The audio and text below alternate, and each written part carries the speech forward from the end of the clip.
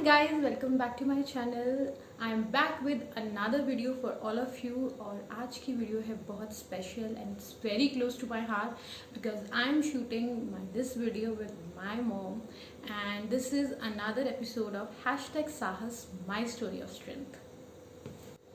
So my mom will share her story of strength today as she is a cancer survivor और मैं चाहती हूँ कि वो अपने experiences, अपनी जर्नी हमारे साथ शेयर करें ताकि हमें पता चले कि कैसे उन्होंने कैंसर जैसी बीमारी से ओवरकम किया है, उन्होंने कैसे कैंसर जैसी बीमारी को हराया है, ताकि उन लोगों को बहुत हेल्प मिले जो ऑलरेडी इस बीमारी से जूझ रहे हैं या इस जैसी किसी बीमारी से लड़ रहे हैं. सबसे पहले तो थैंक यू सो मच कि आप राज़ी हो गए ये वीडियो के लिए. मैंने बहुत मुश्किल से मम्मी को मनाया है कि हम ये वीडियो करते हैं शूट. तो सबसे पहले आप ये बताओ कि जब आपको फर्स्ट टाइम पता चला कि रिपोर्ट्स में कैंसर आया है या आपको कैंसर है, तो फर्स्ट थॉट आपके दिमाग में क्या आया, जो पहला चीज़ आपने सोची? पहले तो सुन के एकदम मैं शॉक्ड हो गई थी. मुझे समझ ही नहीं आ रहा था कि इतनी बड़ी बीमारी को मैं कैसे फेस करूँगी. बहुत ज़्यादा परेशान हो गई थी. तो डॉक्टर ने बोला कि आप अपने हस्बैंड को बुला लो. उसने मेरे को पहले बताया नहीं था. उसने ये बोला आप अपने हस्बैंड को बुला लो. तो फिर मैंने उनसे ये कहा कि मेरे हस्बैंड तो वैसे ही हार्ट पेशेंट है, उनको क्या बुलाना, आप मुझे ही बता दो क्या प्रॉब्लम है. तो उन्होंने मुझे बताया कि आपको कैंसर हो सकता है. तो मैं एकदम शॉक्ड हो गई उस टाइम. लेकिन फिर इतना टाइम भी नहीं था. उस डॉक्टर ने ये बोला कि आप फ़ौरन जाओ अपना सीटी स्कैन करवाओ. उसी दिन मैंने सेम डे सीटी स्कैन करवाया. तो उसके अंदर काफ़ी कुछ पता चल गया था कि है कैंसर. दूसरे दिन सारे टेस्ट हुए. तीसरे दिन मेरा ऑपरेशन हो गया. मतलब इतना ज़्यादा मुझे सोचने का भी टाइम नहीं मिला. इतनी लाइफ जो है इतनी तेज़ी से चली कि तीसरे दिन मैंने ऑपरेशन करा दिया. बस फिर ऑपरेशन के बाद तो फिर कीमो का प्रोसेस चलना था. उस समय टेंशन हो गई थी थोड़ी, क्योंकि सबसे सुन रखा था कि कीमो जो है बहुत पेनफुल होती है. तो घबरा रही थी. ऐसा नहीं है कि मैं कहूँ मेरे को घबराहट नहीं थी, घबराहट तो बहुत थी. लेकिन सब ठीक हो गया. फिर मुझे ये लगा कि अब तो बीमारी आ गई है, अब लड़ना तो है ही इससे. जैसे भी होगा करेंगे. अब कैंसर का ट्रीटमेंट और कीमोथेरेपीज जो इसमें होती हैं वो सबको पता है कि बहुत पेनफुल प्रोसेस है. तो जब आपकी बॉडी उस प्रोसेस से गो थ्रू कर रही थी, जब आप कीमोथेरेपीज कराते थे, तो आपको कैसा, क्या आप उस टाइम पे आपको क्या फील होता था, क्या आपने महसूस किया उस टाइम? ये सही है कि कीमोथेरेपी काफ़ी पेनफुल होती है. जैसा मैंने सुन रखा था वैसी ही प्रॉब्लम्स आती हैं. लेकिन ये है कि मेरे को अपनी फैमिली का काफ़ी सपोर्ट मिला. मेरी फैमिली, मेरे भाई भाभी मुझे अपने घर ले गए थे. क्योंकि अगर मैं अपने घर में रहती तो मैं और मेरे हस्बैंड थे दोनों. और मेरे हस्बैंड भी हार्ट पेशेंट हैं. वो भी ज़्यादा कुछ नहीं कर सकते, सेवा नहीं कर सकते, कुछ प्रॉब्लम फेस नहीं कर सकते, घबरा जाते हैं बहुत जल्दी. तो मेरे भाई भाभी अपने घर ले गए थे. वहाँ पर उन लोगों ने मेरी बहुत सेवा करी. हर समय मेरे साथ रहते थे. मेरे भाई भाभी, बहन, मेरी बेटी, सन इन लॉ,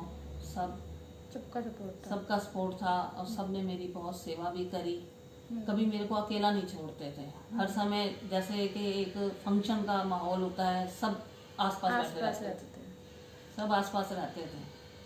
तो आपको लगता है कि जब सब आसपास होते थे तो आपको उस पेन को आप कम महसूस कर पाते थे? हाँ. तो उससे क्या है कि कुछ टाइम निकल जाता था सही. बातचीत करने में, हंसने में, खाने पीने में, सब लोग अपनी अपनी बात कर रहे हैं. फैमिली जब आसपास होती है, सब साथ में होते हैं, तो वो जो पेन से आप गुजर रहे होते हो वो आपको कम महसूस होता है. तो काफी सपोर्ट मिलता था उनसे. अगर मैं अकेली अपने घर में पड़ी रहती, अपने आप चार दीवारें देखती, छत देखती, तो शायद मैं बहुत ज्यादा परेशान होती, डिप्रेस ज्यादा फील करती. हाँ, मैं उस और पेन भी शायद ज्यादा महसूस होता तब. फिर वो लोग कहीं भी बाहर जाते थे. जब मतलब कुछ टाइम, तो एक हफ्ता 10 दिन तो कीमो के बाद में काफ़ी परेशानी होती थी. लेकिन फिर उसके बाद जैसे वो कहीं बाहर जाते थे, वो साथ लेके जाते थे. काम नहीं होता था मेरा, लेकिन फिर भी कहते थे चल गाड़ी में तेरे को घुमा आएंगे. इस तरह करके मतलब टाइम निकल जाता. हाँ, टाइम जो है मेरा पास हो जाता था. कोई ना कोई मेरे पास बैठा रहता था. तो मतलब इतनी दिक्कत नहीं हुई। मैं ये समझती हूँ कि फैमिली का सपोर्ट बहुत बड़ी चीज़ है। पॉजिटिविटी ऐसी कंडीशन में बहुत इंपॉर्टेंट होती है, तो आपने अपने आप को पॉजिटिव कैसे रखा? मुझे ईश्वर पर बहुत भरोसा है। पॉजिटिविटी तो वैसे अंदर से ही आती है, पर यह है कि ईश्वर का भरोसा, फैमिली का सपोर्ट साथ हो तो पॉजिटिविटी भी आ जाती है। बस अब तो लड़ना ही था इस बीमारी से, तो लड़ लिए। और कोई रास्ता ही नहीं था, तो लड़ लिए बस। वैसे गाइस मैं एक बात बताऊं, ये थोड़ा सा मम्मी का नेचर भी है, जो मैं चाहती हूँ कि मेरे अंदर ये चीज़ आ जाए, क्योंकि मैं बिल्कुल भी ऐसी नहीं हूँ। मैं बहुत जल्दी घबरा जाती हूँ, मैं पैनिक भी करती हूँ, मैं बहुत ओवर थिंक भी करती हूँ। और मम्मी को मैंने हमेशा हर सिचुएशन में काम देखा है, मतलब इतना काम देखा है कि हर चीज़ में वो, हर कोई भी सिचुएशन हो जाए, मैंने उनको पैनिक करते हुए नहीं देखा, हाय हाय मचाते हुए नहीं देखा। तो ये चीज़ बहुत अच्छी मुझे में लगती है, और मैं चाहती हूँ कि ये वाला थोड़ा सा मेरे अंदर भी आ जाए ये चीज़। तो मुझे यही है कि बस ईश्वर का साथ है, सब कुछ ठीक है। और जो ईश्वर करेगा हमारे लिए, जो वो सोचेगा हमारे लिए, वो अच्छा सोचेगा। हमेशा पॉजिटिव रहना कि जो हो रहा है अच्छे के लिए ही हो रहा है, और जो भी हम इस टाइम देख रहे हैं शायद उसमें भी कुछ अच्छा ही होगा। उससे बेहतर, ईश्वर से बेहतर हमारे लिए कोई नहीं सोच सकता। यही मम्मी मुझे हमेशा समझाती भी है। पर दिस जनरेशन, आई थिंक हमारी जो जनरेशन है वो पैनिक ज्यादा करती है और इस तरह से ज्यादा सोचती है। जो लोग इस टाइम इस जैसी बीमारी से गुजर रहे हैं या इस तरह की किसी बीमारी से लड़ रहे हैं, तो आप उनको क्या एडवाइस करना चाहते हो? क्योंकि आपने ये चीज़ बहुत नज़दीक से देखी है और आप इस चीज़ से निकले हो बाहर, तो आप उनको क्या एडवाइस करोगे कि वो क्या करें कि वो उनको हिम्मत मिले इस जैसी चीज़ से लड़ने के लिए? उनको यही एडवाइस करूंगी कि वो ईश्वर पर भरोसा रखें, ईश्वर से प्रार्थना करें, क्योंकि हमारी प्रार्थना ईश्वर सुनता है। और उनकी फैमिली को ये कहना चाहूँगी कि उनकी फैमिली उन्हें पूरी तरह से सपोर्ट करे, कभी उन्हें अकेला ना छोड़े। कई बार ऐसा होता है, हम लोग सोचते हैं कि बीमार आदमी है, इसको आराम करने दो अंदर, और बाकी सब फैमिली मेंबर्स दूसरी जगह बैठ जाते हैं, अपना गपशप करते हैं। तो क्या है कि इस कंडीशन के अंदर जो पेशेंट होता है वो भी ये सोचता है कि मैं भी इनके साथ बैठूं, मैं भी इनके साथ इन्वॉल्व हूँ। तो अगर वो उसे फैमिली इन्वॉल्व करती है तो उसे अच्छा लगता है, उसको सपोर्ट मिलता है पेशेंट को। थोड़ा टाइम अच्छा भी निकल जाता है, अकेले बैठे बैठे सोचना। अगर दूसरे कमरे में बाकी फैमिली मेंबर्स बैठे हैं, सब एंजॉय कर रहे हैं, और वो अपने कमरे में अकेला बैठा है, तो उसे बीमारी का एहसास ज्यादा होता है, तो उसे परेशानी ज्यादा लगती है। मैं मानती हूँ, सही बात है। तो फैमिली का भी इसमें बहुत ज्यादा योगदान होता है।